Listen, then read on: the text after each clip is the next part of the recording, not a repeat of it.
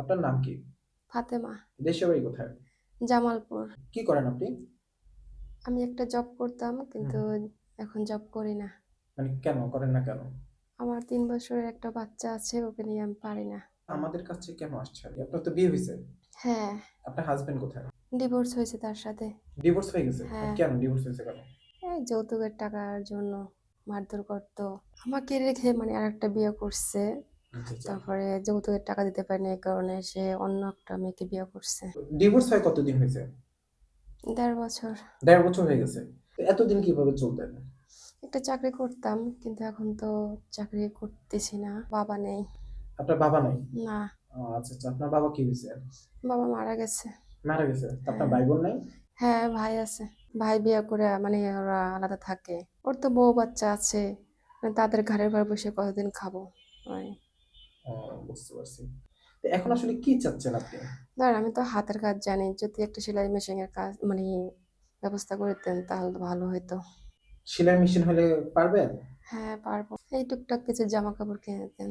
ঘরোয়াভাবে আমি মানে মোটামুটি পারবো। মানে ছোট তো বাচ্চা আছে, ওকে নিয়ে চলতে পারবো।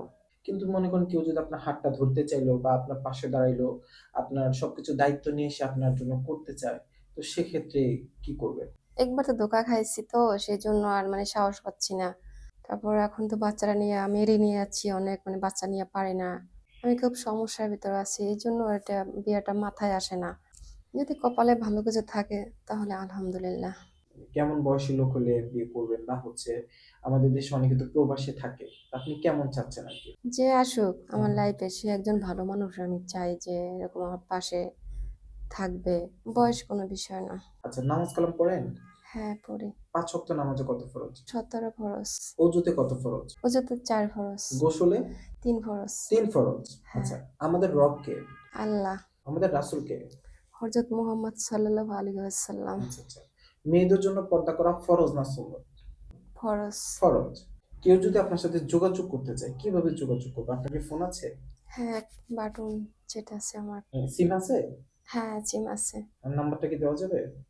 হ্যাঁ, দেওয়া যাবে। আপনি এই যুগের মেয়ে হয়ে আপনার স্মার্টফোন নাই? হ্যাঁ, ছিল ভাইয়া। কিন্তু আমি একটা সমস্যা পেতেছিলাম। বাচ্চার জন্য মানে বিক্রি করছি। বাচ্চার দুধ ছিল না সেজন্য। মানে বাচ্চার জন্য ফোন বিক্রি করে দিছেন। হ্যাঁ, আচ্ছা, আচ্ছা। এখন কি বাটন ফোন আছে? হ্যাঁ, আচ্ছা, আচ্ছা। এখন নাম্বার কেমনে দেওয়া যাবে?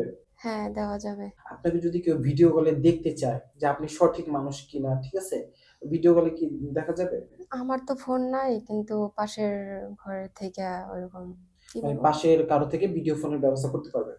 হ্যাঁ, করা যাবে। আচ্ছা, যাক, সমস্যা নেই। তো আপু, আপনার কি আর কিছু বলার আছে? আপনাদের কাছে হাত জোড় করে বলতেছি আমি খুব সমস্যার ভিতর আছি। আমাকে একটু সহযোগিতা করেন। বাচ্চাটাকে নিয়ে আমি খুব সমস্যার ভিতর আছি।